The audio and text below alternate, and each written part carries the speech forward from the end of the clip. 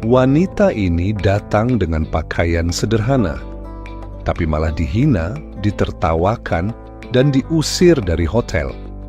Mereka tak tahu perempuan itu bukan orang biasa. Dia adalah istri dari orang paling berkuasa di kota itu. Dan yang menghinanya adalah mantan suaminya dulu. Lalu, bagaimana nasib orang-orang itu ketika mengetahui bahwa wanita itu adalah istri bupati? Sebelum lanjut ke dalam ceritanya, seperti biasa absen dulu di komentar ya. Dari daerah mana kamu berasal? Dan jam berapa kamu nonton video ini? Oh ya, bagi kamu yang baru bergabung dengan channel Cerita Renal, sebelum absen kamu harus subscribe dulu ya. Oke, kita langsung saja mulai ke cerita lengkapnya. Dewi adalah perempuan sederhana. Ia tinggal di sebuah kota kecil yang berkembang, tempat di mana semua orang saling mengenal. Dulu, hidupnya tampak tenang bersama seorang pria bernama Fuzi. Ia adalah suaminya, seorang pria yang dulu dia cintai dan dia percaya sepenuh hati. Fuzi bekerja sebagai manajer di salah satu hotel besar di kota itu. Di mata orang, dia terlihat mapan dan terhormat. Namun di balik itu semua, rumah tangga mereka retak. Tanpa banyak bicara, Fuzi mulai berubah. Pulang semakin larut malam, sering marah tanpa alasan. Dan Dewi, seperti banyak perempuan lainnya, mencoba bersabar. Ia menahan semuanya. Ia berpikir, mungkin suaminya sedang banyak beban di pekerjaan. Tapi semuanya terbongkar saat Dewi menemukan pesan-pesan di ponsel suaminya. Ada nama perempuan lain, ada kata-kata mesra. Bahkan ada janji-janji untuk hidup bersama. Dunia Dewi runtuh saat itu juga. Fuzi berselingkuh, dan yang lebih menyakitkan, ia tidak menyesal. Ia justru menyalahkan Dewi, mengatakan bahwa Dewi terlalu biasa, terlalu sederhana, tidak menarik lagi. Perceraian pun terjadi, tidak dengan ribut-ribut, tapi sepi dan menyakitkan. Fuzi pergi dari rumah mereka dan memulai hidup baru dengan wanita pilihannya. Dewi hanya diam. Ia tidak membalas, tidak melawan. Tapi di dalam hatinya ada luka yang dalam, luka yang tidak mudah sembuh. Namun ia tahu hidup harus terus berjalan. Ia pindah dari rumah itu, membawa hanya pakaian dan beberapa barang. Ia tinggal di sebuah kontrakan kecil di pinggiran kota, tanpa uang, tanpa pendamping, dan tanpa arah yang jelas. Tapi justru dari keterpurukan itulah Dewi mulai bangkit. Ia mulai menerima pesanan kecil-kecilan, membuat dekorasi hajatan, membantu catering tetangga, menyewakan peralatan pesta. Mulai dari bawah, sangat bawah. Tapi Dewi tekun, ia tidak mengeluh. Ia tahu hanya dengan kerja keras, ia bisa berdiri kembali. Hari-harinya dipenuhi dengan kerja. Dari pagi hingga malam, dari satu acara ke acara lainnya. Ia belajar banyak tentang bisnis, tentang orang, tentang hidup. Dewi tidak pernah lagi mendengar kabar Fuzi. Tapi sesekali, saat melihat hotel tempat Fuzi bekerja dari kejauhan, hatinya masih terasa perih. Namun satu hal yang Dewi tahu, dia tidak boleh berhenti. Karena hidup tidak pernah menunggu orang yang hanya menangis. Dan di balik setiap luka, selalu ada ruang untuk harapan. Setelah perceraiannya, Dewi memilih untuk tidak kembali ke rumah orang tuanya. Ia merasa ini adalah waktunya untuk benar-benar berdiri sendiri. Bukan karena gengsi, tapi karena tekad. Dengan sisa tabungan yang sedikit, ia menyewa sebuah kontrakan kecil, satu kamar, dapur seadanya. Dindingnya lembab, atapnya bocor saat hujan turun. Tapi di tempat sederhana itulah, Dewi mulai membangun kembali hidupnya dari nol. Ia mengingat masa lalunya, bukan untuk menyesali, tapi sebagai bahan bakar untuk bangkit. Hari-hari awal terasa berat. Ia sempat bingung harus mulai dari mana. Tapi Dewi punya satu keahlian yang selama ini dia anggap biasa saja, mengatur acara keluarga. Dulu setiap ada pernikahan, syukuran, atau sunatan di lingkungan, Dewi sering diminta bantu, menata dekor, masak, atau sekadar mengatur tamu. Ia terbiasa membuat segalanya rapi dan terkoordinasi. Dari sanalah ia mulai melihat peluang. Ia mencetak beberapa brosur kecil, menawarkan jasa dekorasi dan perlengkapan hajatan. Ia juga membuka jaringan dengan tetangga, ibu-ibu pengajian, dan komunitas sekitar. Dari mulut ke mulut, namanya mulai dikenal. Pekerjaan pertama yang ia dapat bukan pesta besar, hanya acara ulang tahun anak kecil di gang sebelah. Tapi Dewi melakukannya sepenuh hati. Ia menghias dengan kain bekas, balon murah, dan perlengkapan pinjaman. Tapi hasilnya rapi dan bersih. Tuan rumah puas. Dari situ datang lagi pesanan, lalu satu lagi, lalu mulai bertambah. Dewi menabung perlahan. Setiap rupiah ia simpan. Ia tidak beli baju baru, tidak jalan-jalan. Semua keuntungan disimpan untuk membeli alat sendiri. Kursi lipat, tenda, sound system. Tahun pertama penuh tantangan. Pernah ada yang menunda pembayaran. Pernah juga alat rusak karena hujan. Tapi Dewi tidak menyerah. Ia selalu mencari solusi. Dan yang terpenting, ia tidak pernah menipu pelanggan. Ia jujur apa adanya. Perlahan bisnisnya tumbuh. Ia mulai dapat kepercayaan dari panitia acara RT, pernikahan kecil, bahkan peringatan hari besar di kelurahan. Ia bekerja dari pagi hingga malam, kadang hanya sempat tidur 3 jam. Tapi Dewi merasa hidupnya punya arah. Ia tidak lagi merasa kecil, tidak lagi merasa lemah. Ia tahu semua yang ia capai berasal dari tangannya sendiri. Hidup Dewi berubah, tidak instan, tapi nyata. Dari perempuan yang dulu ditinggal tanpa harga diri, kini ia dikenal sebagai pengusaha kecil yang ulet dan bertanggung jawab. Namun yang paling penting, ia tetap menjadi Dewi yang sederhana. Ia tidak silau dengan pujian, tidak berubah jadi sombong. Ia hanya ingin hidup tenang, tapi Tuhan punya rencana lain. Beberapa tahun telah berlalu. Nama Dewi semakin dikenal, tidak hanya di kalangan warga, tapi juga dalam lingkaran acara-acara resmi pemerintah. Bukan karena dia mencari koneksi, tapi karena hasil kerjanya yang rapi dan tepat waktu. Ia sering diminta menangani acara peringatan Hari Nasional, pelantikan pejabat kelurahan, hingga syukuran kecil di kantor-kantor pemerintah daerah. Ia tetap hadir dengan gaya yang sederhana, tidak pernah berlebihan, dan itu justru membuat orang respect. Pada suatu acara peresmian Taman Kota, Dewi mendapat proyek besar. Ia dipercaya untuk mengurus tenda, konsumsi, hingga pengaturan kursi tamu undangan. Acara itu akan dihadiri oleh Bupati setempat, Pak Bagas. Pak Bagas datang siang hari. Sosoknya tenang, ramah, dan tidak banyak bicara. Namun yang menarik, sejak awal ia memperhatikan Dewi. Bukan karena ia mencurigai sesuatu, tapi karena ia terkesan. Seorang pejabat biasa bertemu banyak orang setiap hari, tapi Pak Bagas melihat hal berbeda dari Dewi. Ia tidak duduk-duduk saja memberi perintah. Ia ikut mengangkat galon, membantu melipat kain dekorasi, bahkan membersihkan sisa makanan. Usai acara, Pak Bagas menghampiri Dewi dan mengucapkan terima kasih langsung. Sebuah hal yang jarang ia lakukan. Dewi hanya tersenyum sopan, tanpa tahu bahwa itu awal dari sesuatu yang besar. Beberapa minggu kemudian, datang undangan rapat organisasi wanita di kantor pemerintah. Dewi termasuk anggota aktif di sana. Di rapat itu, mereka kembali bertemu. Kali ini, obrolan lebih panjang. Pak Bagas bertanya tentang usaha Dewi, tentang perjalanan hidupnya. Percakapan mereka terasa ringan, tapi bermakna. Tidak ada gombalan, tidak ada basa-basi yang dibuat-buat. Dan entah bagaimana, keduanya merasa nyaman.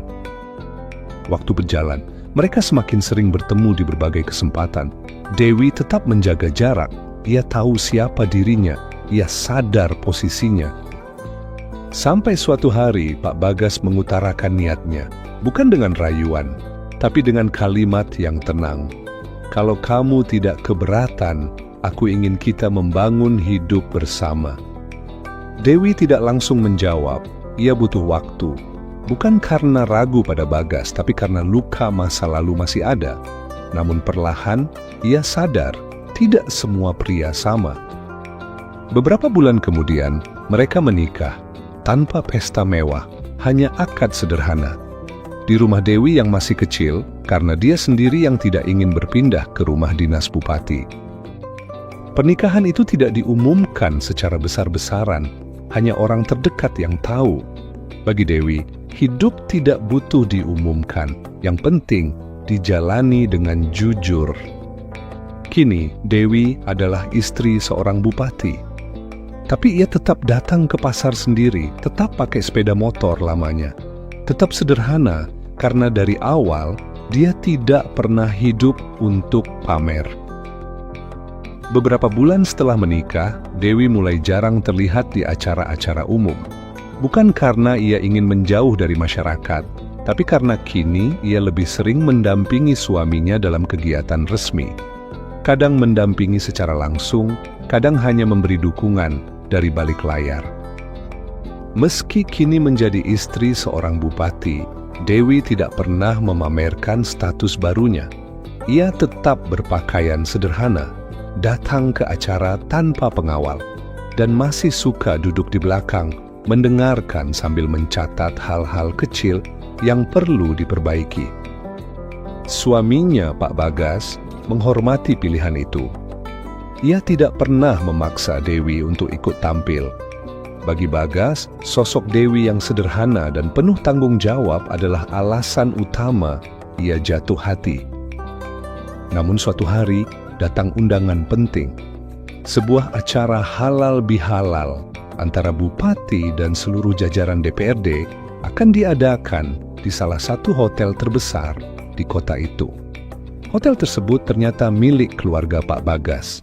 Dan ironisnya, manajer hotel itu adalah Fuzi, mantan suami Dewi. Dewi tahu siapa yang mengelola hotel itu. Ia tahu bahwa kemungkinan besar mereka akan bertemu. Tapi ia tidak pernah takut. Ia tidak punya alasan untuk menghindar. Sehari sebelum acara, Pak Bagas memberitahu bahwa ia harus menyelesaikan beberapa urusan kantor lebih dulu. Maka ia meminta Dewi untuk datang lebih awal ke hotel, mewakilinya untuk menyambut tamu-tamu yang sudah hadir. Dewi tidak keberatan. Pagi itu, ia bersiap dengan rapi. Ia mengenakan kebaya sederhana berwarna coklat muda. Rambut disanggul kecil, tanpa riasan berlebihan. Ia terlihat anggun, tapi tetap sederhana, seperti biasanya. Setibanya di hotel, Dewi langsung menuju ruang resepsi.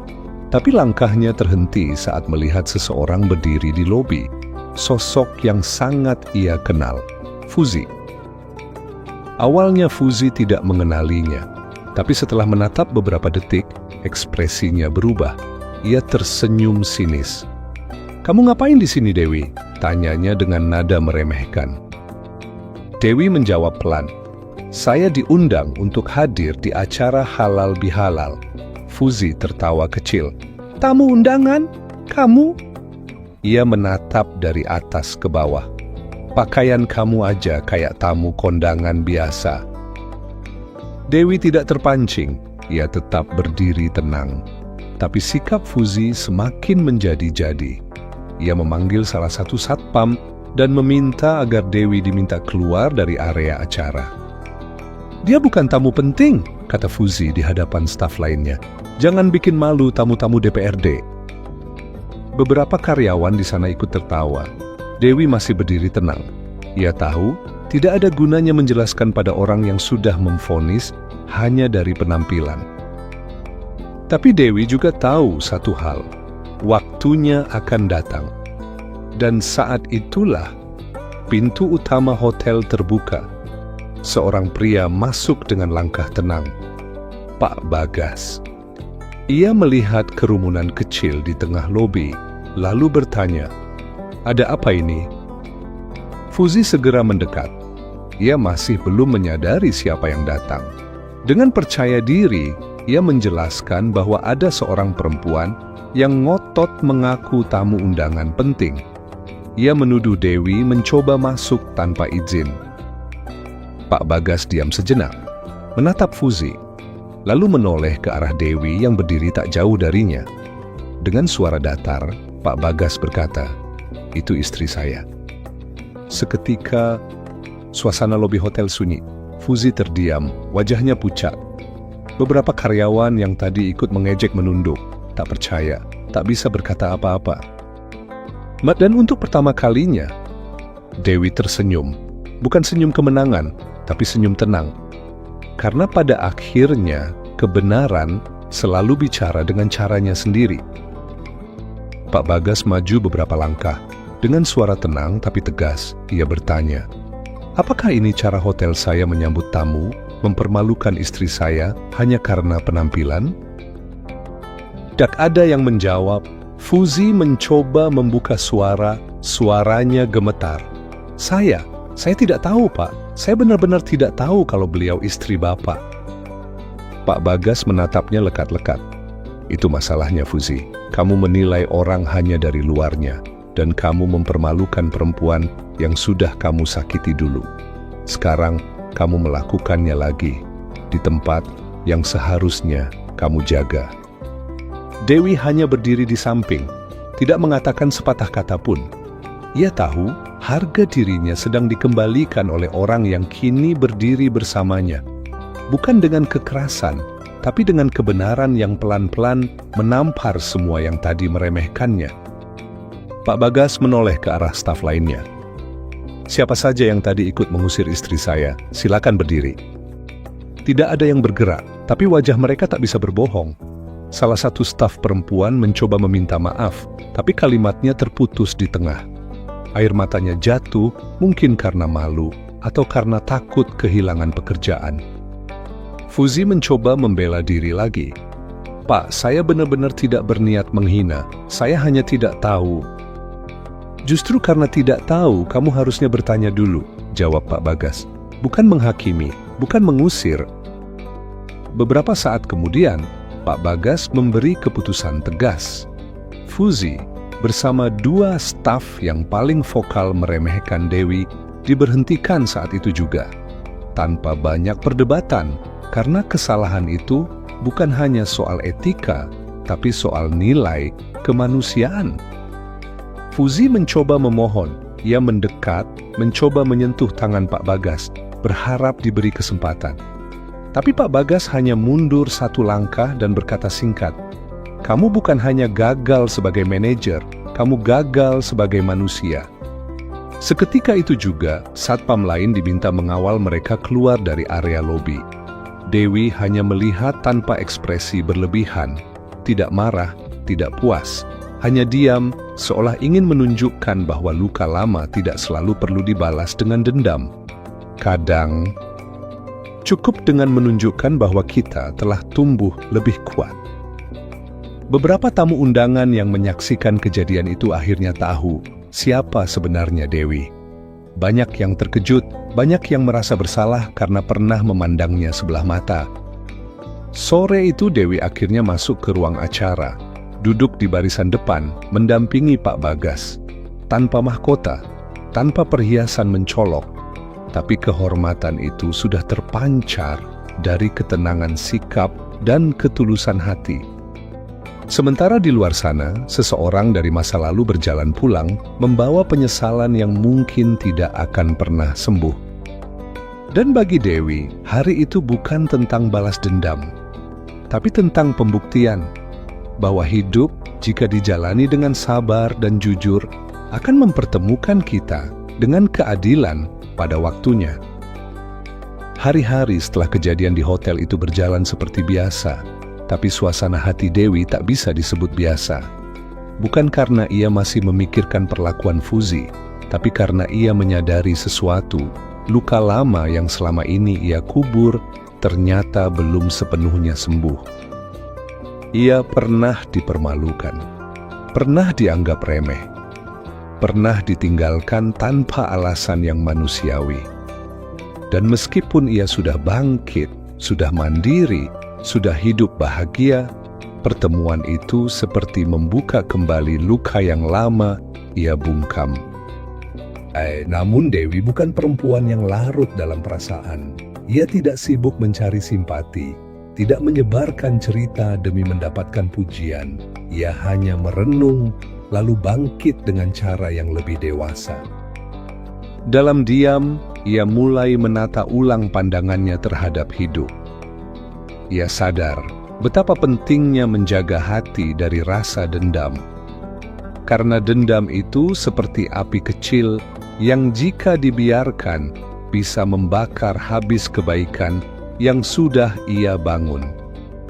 Dewi memilih untuk memaafkan, bukan demi Fuzi, tapi demi dirinya sendiri. Ia kembali ke rutinitas, kembali mengelola usaha, kembali hadir di acara masyarakat. Bahkan, ia mengajak beberapa perempuan dari kalangan ekonomi lemah untuk bergabung dalam bisnisnya, menjadi bagian dari tim dekorasi, tim catering, atau sekadar membantu mempersiapkan alat pesta. Baginya kesuksesan tidak berarti apa-apa kalau tidak bisa membawa manfaat bagi orang lain. Pak Bagas mendukung penuh. Ia tahu Dewi adalah sosok yang tidak bisa dikekang. Ia bukan istri pejabat yang hanya duduk di rumah, tapi juga bukan perempuan ambisius yang mengejar nama. Dewi berdiri di tengah, cukup kuat untuk berdiri sendiri, cukup lembut untuk mengulurkan tangan. Satu hal yang tidak banyak orang tahu, Dewi mulai diam-diam menyumbang untuk pelatihan kerja bagi staf hotel yang pernah meremehkannya. Ia tahu beberapa dari mereka diberhentikan, tapi tidak semua berasal dari latar belakang yang mudah. Ia tidak ingin balas dendamnya menyisakan luka pada keluarga orang lain. Tindakan itu tidak diumumkan, tidak dipublikasikan, tapi lambat laun berita itu menyebar. Orang mulai melihat bahwa di balik sikap tenangnya, Dewi menyimpan hati yang lapang.